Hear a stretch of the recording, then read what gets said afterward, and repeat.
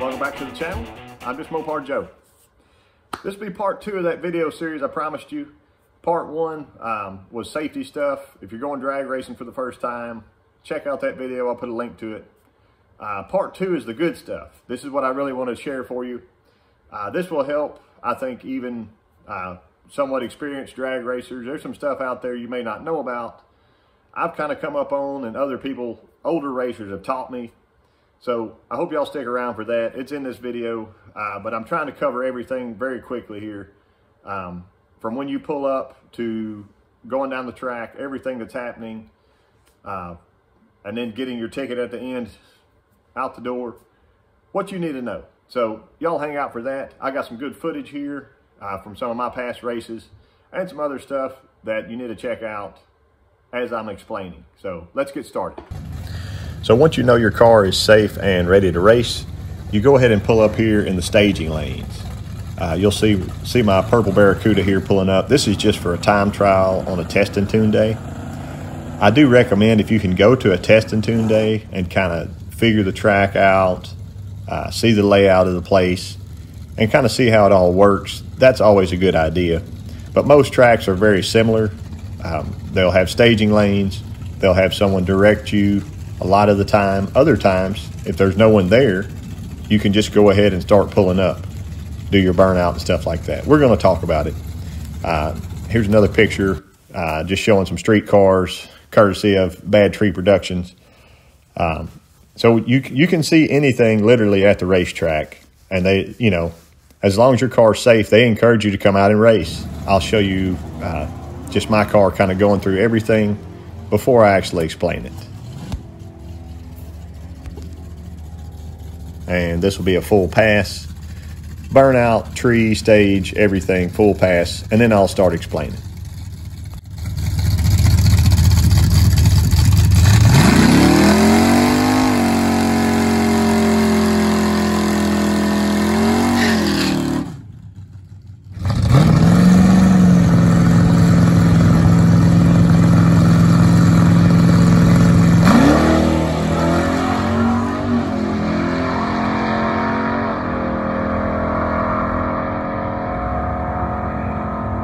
Let's talk about the art of the burnout.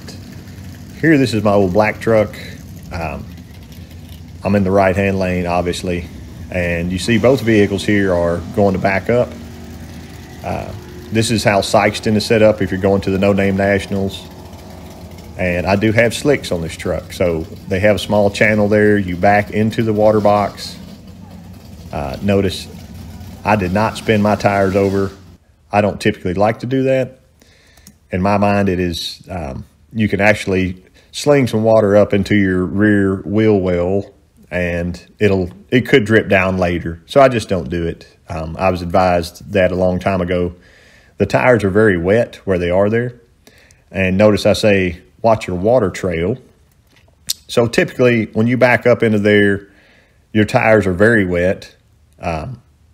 It's a large puddle of water. As you drive forward, they continue to be wet for so many feet.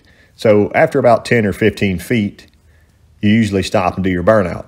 Well, if the car before you pulled up 25 feet and then they did their burnout, they've now tracked water further and further and further out of the water box. So I always recommend having a spotter there, just so that they can tell you where to stop and you're kind of at the end of all the water trails.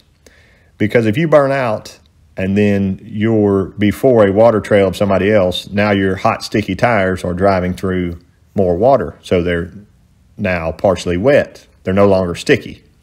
So just keep that in mind. The actual burnout itself, I usually burn out until the tires start to smoke, and then you can count to 3 or 5, whatever you're comfortable with. You'll see what your slick's like. I know some brands like Hoosier, they seem to like a harder burnout. These were Mickey Thompson's. So let's talk about the street burnout. So that would be something that applies to a lot of people. What about street cars and burnouts? A lot of street cars don't actually need to back into the water box. And reason being, their tires will kind of catch a lot of water. You have tread in your tires. That tread fills up with water. So if you're going to back up and do a really hard, smoky burnout, go for it. But a lot of times when you do that, it kind of pulls up rubber and pulls up other stuff from the track, where if you can stay out of there, just like you see this red Challenger, the red Challenger never even backed in. So he did his burnout while waiting on me, obviously, and then pulled up to go ahead and stage or pre-stage. I also see here, I say, watch the mop man. There's always a guy that's running a mop or setting at the tree there, being sure conditions are safe. So a lot of times he'll direct you to whether burnout or you can race or anything like that. If he's not looking at you, then you're probably good to go. I don't typically burn out until the other cars are staging or already down the track. That way, you're not setting with your tires getting cold, anything like that. Another thing with the burnout, and you'll see this in a minute, you want to kind of look at your competitor just to be sure y'all are on the same page, because you can burn out and pull up and sit there for 30 seconds or a minute and your tires will get cold. Then the other guy decides to burn out. So be sure you're watching the other person so you're not ahead of them in the burnout, because in drag racing, it's not really a burnout competition. It is a competition of racing. So you want to win the race. You want to have the best odds. You need your tires to be the right temperature. I normally wait, like I said, for the car to go ahead and get down track some, watch the other car beside you, and you kind of got to get a feel for it. Some tracks have someone that will stand and they'll make a circular motion with their hand. That means go ahead and burn out. Other tracks, there may not be anyone there. So let's keep going. Here's a really big one. Do I burn out through the lights like I'm on Street Outlaws? So here I am in a black truck, and this is a younger guy in his swinger here. You can see he's a little overzealous. He burns out really hard there, and then he ends up going past the lights, through the lights, and he has to back up 3 or 4 feet in order to get back into the beams. We'll talk about beams in just a minute. But him doing that, at certain tracks, if he had burned out and went all the way past the tree like that, they would have actually disqualified him. So I know it's different everywhere you go, but a lot of times these tracks are trying to be efficient. They're trying to get cars, down the track so they can run more classes and everybody's being safe and all that. But sliding on past the tree, sometimes it doesn't matter. Other times they'll tell you to load up on the trailer. The other thing is, if your car, and this is just my opinion, so for what it's worth, if your car's running less than about a 6-second eighth mile or a 9-second quarter mile, you probably don't need that long, heavy burnout past the tree. At the No Name Nationals, I did talk to Dallas about it. He said it's totally fine if you do. There's a sign up actually that says you can. So they're fine with it. But I guess as a competitor, it's not on my mind to do it. So it's kind of one of those games also that people like to play.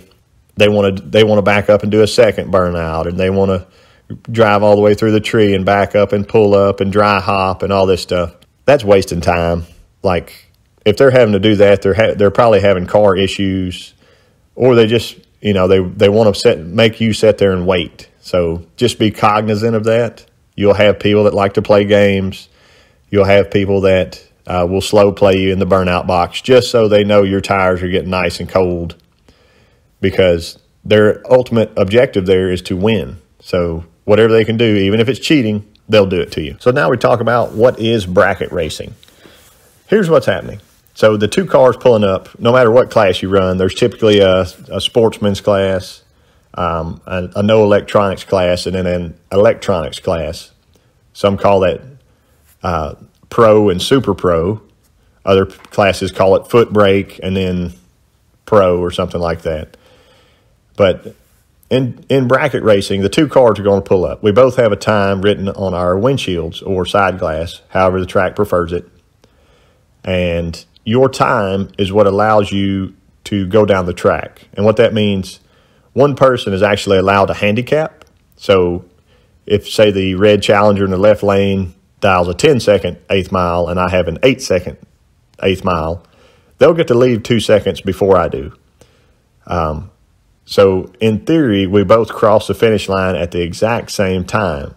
But that normally never happens just because it's the laws of time or whatever you want to look at here.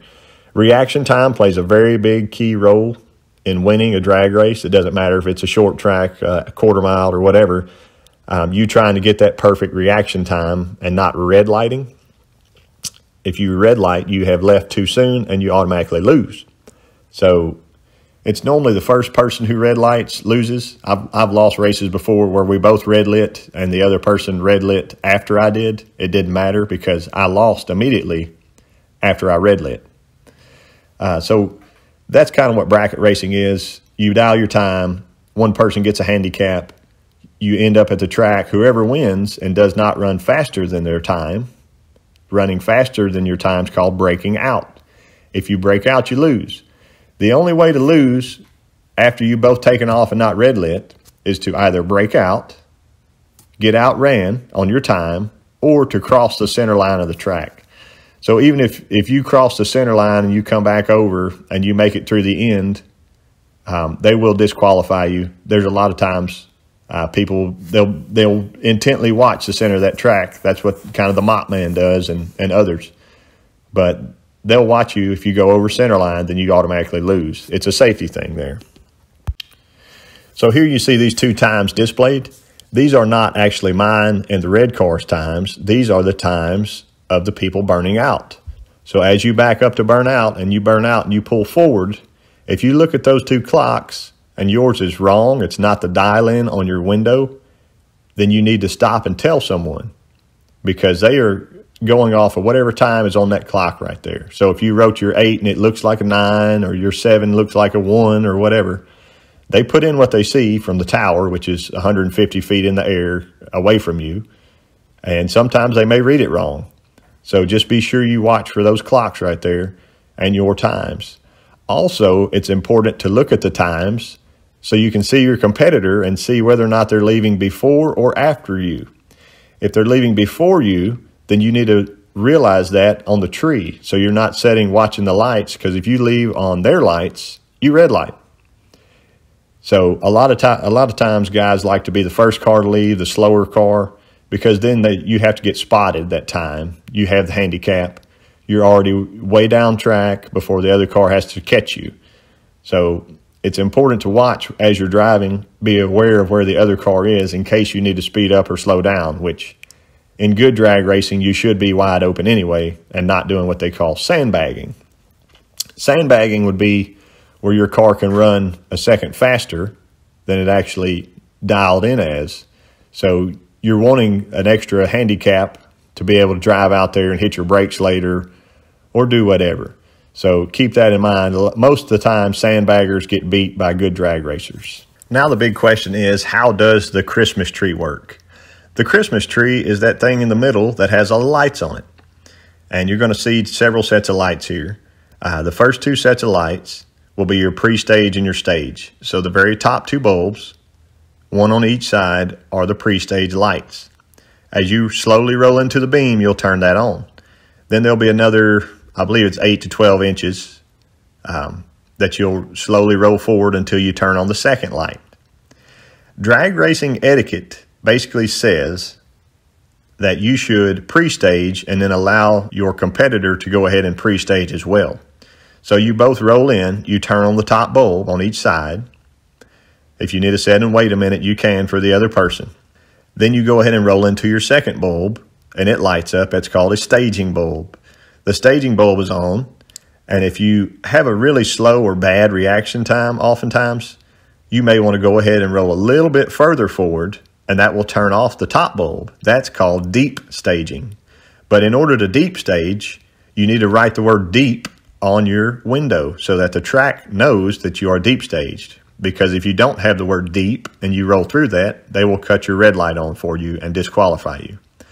So I don't typically deep stage because I normally have a decent reaction time or a decent converter in my vehicle that allows me to take off at the right amount of time.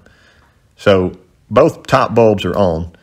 It looks bad normally if you what they call double bulb someone. You pull up, you burn out, and you turn on both bulbs before the other person can turn on their pre-stage bulb, it's kind of like trying to rush the other person, and it's another one of those games that a lot of people play. Other times, it's something that people who don't know any better will do, inexperience, or they just do it just to mess with you. So keep that in mind. It's something else that could happen. Just stay in your lane and don't worry about it. Do your routine every time and you'll be fine. Something else worth mentioning here, you can see this is just a time trial, but the other car that I'm racing took kind of an excessive amount of time to go ahead and stage after they pre-staged. That's another game that people like to play. Other times people will have what they call a staging battle, which absolutely drives the world crazy because they will force you to go ahead and stage and then allow them to stage after you. They want to be the second person to stage because they think it gives them an advantage, and it forces you into a routine of doing what they want. So there's oftentimes staging battles where people will set pre-staged for whatever amount of time until they are disqualified, or one of them finally just gives up and said, let's go, because your tires are sitting there getting colder and colder and colder. So if you have an older set of slicks that still have decent life in them, you pull up, they will lose heat faster than the brand new set that's in the opposite lane from you. So I don't worry about staging battles. I go ahead and pull up and stage and try to do it the same every single time. And here we are down track. I wanted you to see this, and I have arrows pointing. This is a 1,000-foot track, and typically the faster cars will run the 8th mile. 1,000-foot will be for street cars or the sportsman class. So what they have here are two sets of poles. The set of poles that is closest marks where the finish line is for the 8th mile. The second set marks the finish line for the 1,000-foot. Other tracks, like quarter mile, may not even mark the 1,000-foot. They'll just have the 1320 or quarter mile marked with posts also. So just keep that in mind. Be sure if you're running the 1,000-foot that you accelerate all the way through the second set of poles, and then you'll still probably have plenty of room for shutdown at the other end. Here's my next picture, and you need to know what these things are. First, on your top left, I have circled the wind lights. So during that pass, the blue car actually outran my truck. It's not a surprise. And their lights lit up on the scoreboards there. So if you're wondering, or you're watching down track who won that pass, you need to look for the wind lights on either side. Sometimes they're mounted to the scoreboard. Sometimes they're mounted to the poles. Just keep that in mind. So coming back closer to us, there's a cone. I call those cones. They're actually a square foam block that cover beams. The beams go across the track. And those beams, the first one there is for the 330-foot. What you can't see is a beam for the 60-foot. So a lot of racers like to look at their 60-foot times and compare to their 330-foot, and etc. So it goes 330 and then 660, which is actually the 8th mile, and then the 1,000-foot cones. There's two sets of cones for the 8th mile and for the 1,000-foot. The first cone is the mile per hour cone. The second cone will give you your ET, or elapsed time. Same thing for the 1,000-foot. So there's two cones there. Be sure you run past both cones wide open or you won't get an accurate time. Now I'll go ahead and show you just a clean pass here with my black truck and the red car. You can typically hear the announcer. The announcer will tell you who wins through each pass. And it's always important to listen to the announcer when you're at the track. They'll tell you when it's your class's time to come and when to get into those staging lanes. They're normally numbered 1, 2, 3, and 4 if it's a larger track, or there could be more, just so that it makes the process a little bit faster. So be sure you are in the lanes when you're called and you don't miss out on your opportunity to race. Here I'll talk about a little bit of what I call unsportsmanlike conduct, if there's such a thing in drag racing. You have to remember, at the drag race, you are not on the internet anymore. You are a real human being, and you are in person with people. So anytime that you've said something online or wherever, and now it comes time for you to meet up and race with a person, there is no screen to protect you. In this drag race here, I'm racing a younger guy. He's 17 or 18 or something.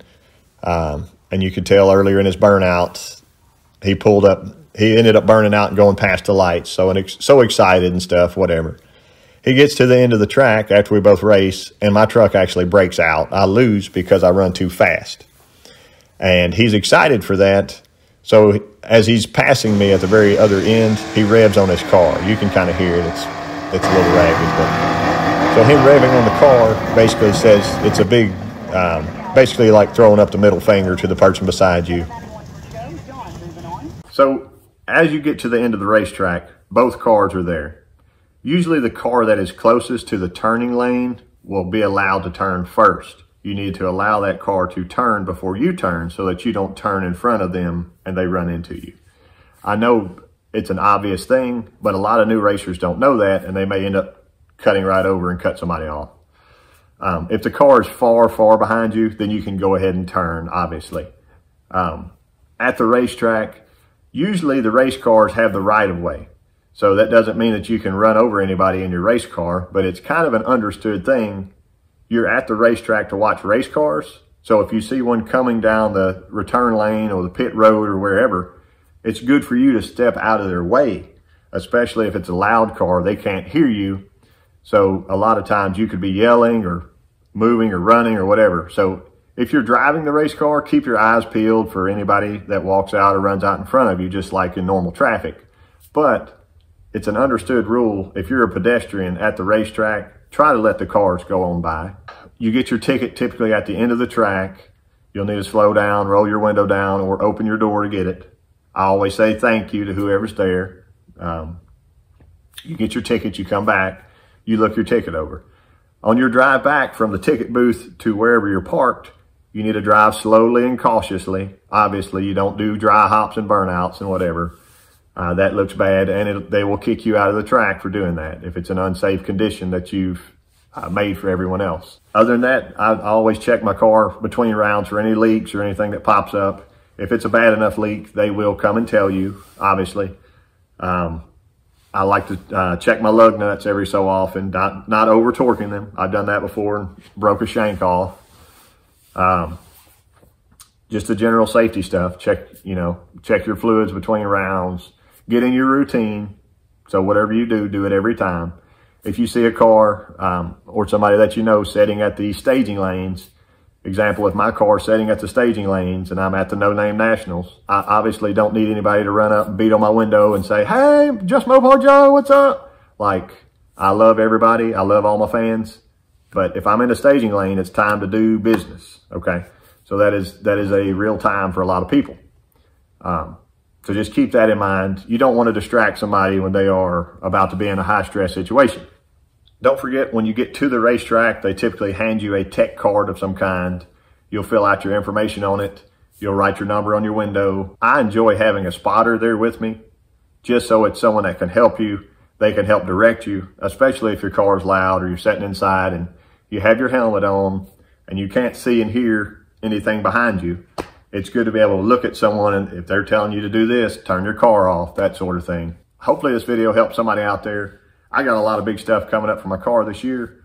Some good test stuff going to happen and ready to get to the races. So I appreciate y'all watching. If you don't know what the No Name Nationals is, type in that on YouTube. You'll find a lot of information. I'm going to put a link to the actual site below this video if you'd like to register or find out more. Thank y'all for watching, and I'll see you next time.